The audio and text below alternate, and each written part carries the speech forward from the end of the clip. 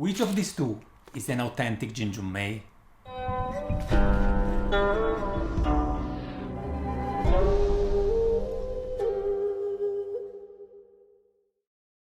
This is nannuoshan, I'm Gabriele, and today, after about 5 years on this channel, it's time again to taste Jin Jun Mei.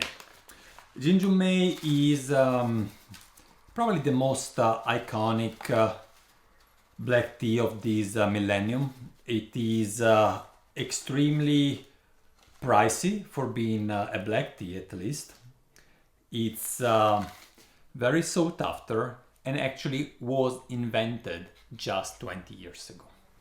I already told you about the history of Jin Jun Mei, the different types of Jin Jun Mei, but today I want to approach this tea in a different way, and I want to find out by looking at it and by the taste what's the Genshan Jin Jun Mei, the original mountain Jin Jun Mei, that Jin Jun Mei that comes from Tongmuguan, from the high mountain area in Mi Xiang. So let's get some water and then get started. Right, here we are. I'll go with boiling water. I'll treat this tea badly.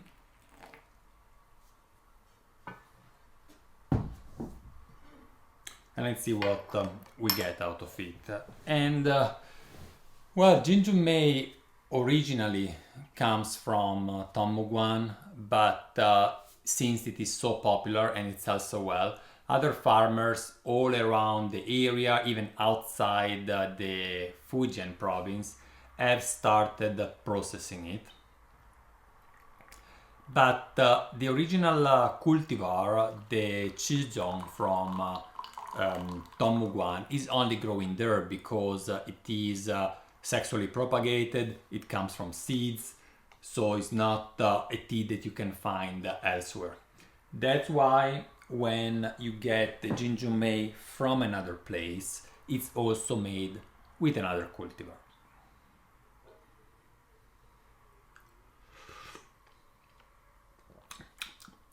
This one is very bright and how can I say, right into your face. It is pretty thick in texture.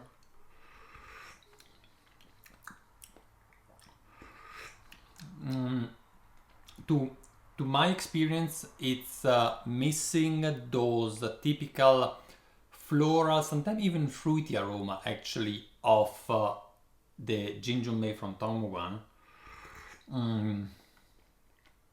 It has most notably, yes, this very thick texture and also a kind of honey taste.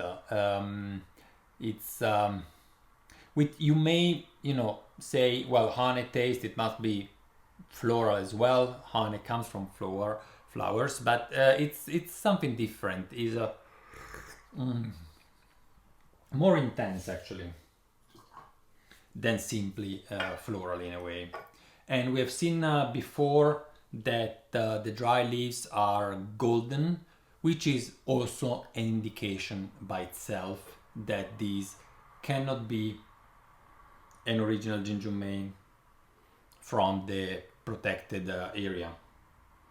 The leaves are well, it's like they are buds, so as expected, let's say they are unopened leaves, and what you can tell is that they are relatively thin in a way. It's this is also an indication. So let's say that you would have seen this tea just wet, so you don't know if it was golden or not golden, and you have to find out if it is an authentic Jin Jun Mei. You can tell that the buds are not very elastic, and they are slender. They are not round in a way.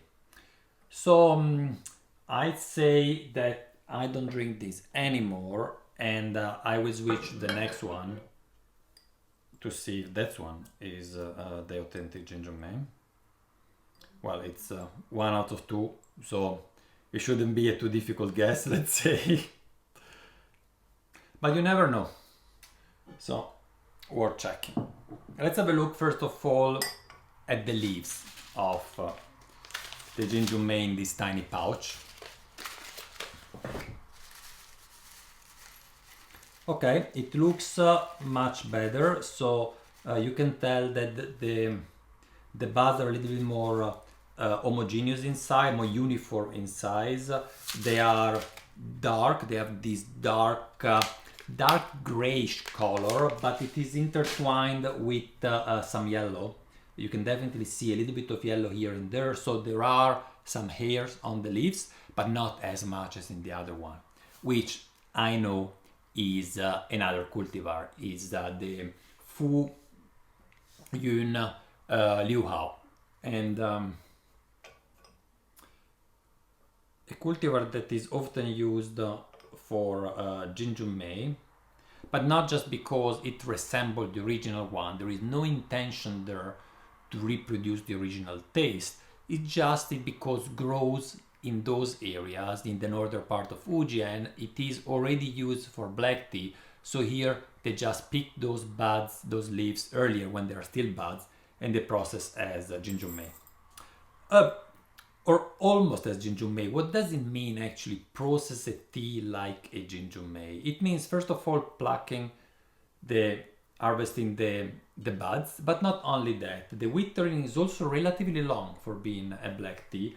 You really want those grassy taste of fresh leaves to disappear and the flavor of the leaves to come out, to develop. The withering phase is really important. Then after a long withering, the tea is oxidized, but differently than a classic black tea where the leaves are rolled over like 20 minutes and then let oxidize for like 8-10 hours, something like that.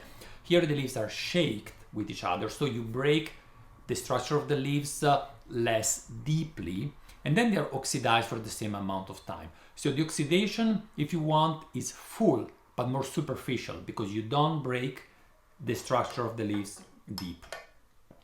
Furthermore, there is also the, you call it roasting, you call it drying, anyway, a firing of the leaves at the end. That for traditional Jin Jun Mei is done with charcoal at relatively low temperature for a long time, so you don't get any fire or caramel taste into it, but it is very dry. Yeah, it's a tea that actually stays, keep the taste for very long because you remove almost all the moisture out of it. These teas are both from 2022. It's already almost 4 years. Yeah, the spring season is soon, so it's already almost 4 years old, but you don't really tell a difference with respect to a fresh black tea. That's often the case for black tea. The color is much paler that we see here, so we've seen this is also an indication that this might be the right one. The leaves, they are a little bit thicker, darker. The color is brighter, leaves are darker, color is brighter. That's also in the right direction. Much sweeter and lighter. Let's have a look at the buds actually. Oh, we cannot see the buds because they're still deep in water, but I will empty these so that we can have a look at them.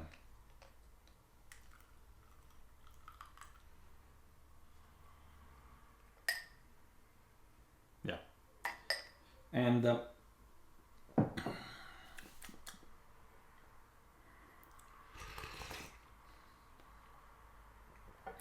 in one word, it's just more elegant. It's really an elegant taste. Thin in the texture, but not in a negative way, and nonetheless more layered in a way. So like I'm not 100% sure if it is floral or fruity actually. It certainly is no way in the direction of ripe fruits, that's for sure. But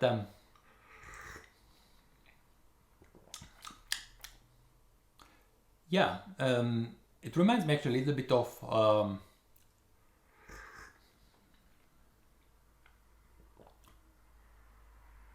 no, it's not jasmine. I would go with orchid actually, a light orchid taste. And if I have to think at a fruit, I would say peach. You know those peaches with the white pulp and a little bit harder? It goes, yeah, in that direction. So not a yellow ripe peach. Really nice. We said let's have a look at the leaves. So if you take a bud here, that tends to be a little bit shorter and thicker than the one that we have seen before. Well, if it doesn't break in my hand, let's take another one.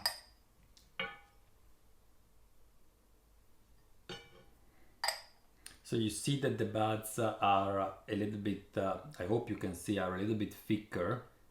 And you see that is more elastic. You remember before when I was doing like this, it was bending and not coming back. This is kind of thick, and because of that thickness, it tends to return back. And this is also why you need a longer withering, because those thick buds need time to wither, to release the water from the inside towards the outside. So my guess would be that this is an authentic Jin Jun Mei. If I wouldn't know the truth, because of course the teas are my teas. They were both private collection. I bought back at the time just half a kilo each. There might be still some around in the warehouses, but was just a little quantity for Europe and a little quantity for the US. And actually, I know that this tea is not an authentic one, and that's why all this video is about. I wanted to show you how you can actually be fooled. Like, this tea goes really, really close to the original one. And if you have seen that very first video I made about Jin Jun Mei 5 years ago, there I mentioned also other cultivars that are used for Jin Jun Mei. For example, Jing Mudan, Huangguan Yin, and also Meijan. Meijan is this one. And Meijan, according already to my experience at that time, because I encountered it already once processed as Jin Jun Mei, it had these darker leaves. Similar, very similar to the Zhejiang one. So how to recognize, how to tell apart a Meijan from a Zhejiang, or Cai Chai from the original area? That's certainly not an easy task, and I would say what I would look for, if there is one thing, or actually two things, let's say two things. One is the aspect. Yeah, those leaves get closer to the Zhejiang, but in Zhejiang, usually the picking is even more uniform. The buds are a tiny bit shorter, I would say maximum 1 centimeter, like maybe at most half an inch, but actually less than that. And they are even a little bit thicker. That's the look. In terms of color, you cannot really tell them apart, okay? Now, in terms of taste, it has somehow, to me, a wood note that is not present in other Jin Jun Mei. And the reason being that usually Jin Jun Mei made with Meijan, but also other cultivar, are actually heated up, fired a little bit faster, a little bit higher temperature, and not necessarily with charcoal or actually with pine wood like it is done in Tombuguan. And that, together with the nature of the plants that are from seeds and grow at high altitude, because Tombuguan is above 1100 meters, so it's I mean, we're not speaking about the Alps or the Rocky Mountains for me, but it's still another climate, yeah, with respect to farther down in the valley, like 200-300 meters, where usually most all other teas are done. And all these aspects together bring to me a little bit of a woody taste, but you have to search for that because it's not the one up front. Nonetheless, I really enjoy Mi Xiang, and I would say after the original one maybe, it's actually my favorite type cultivar for Jin Jun Mei. Cheers guys, and I will see you at the next cup.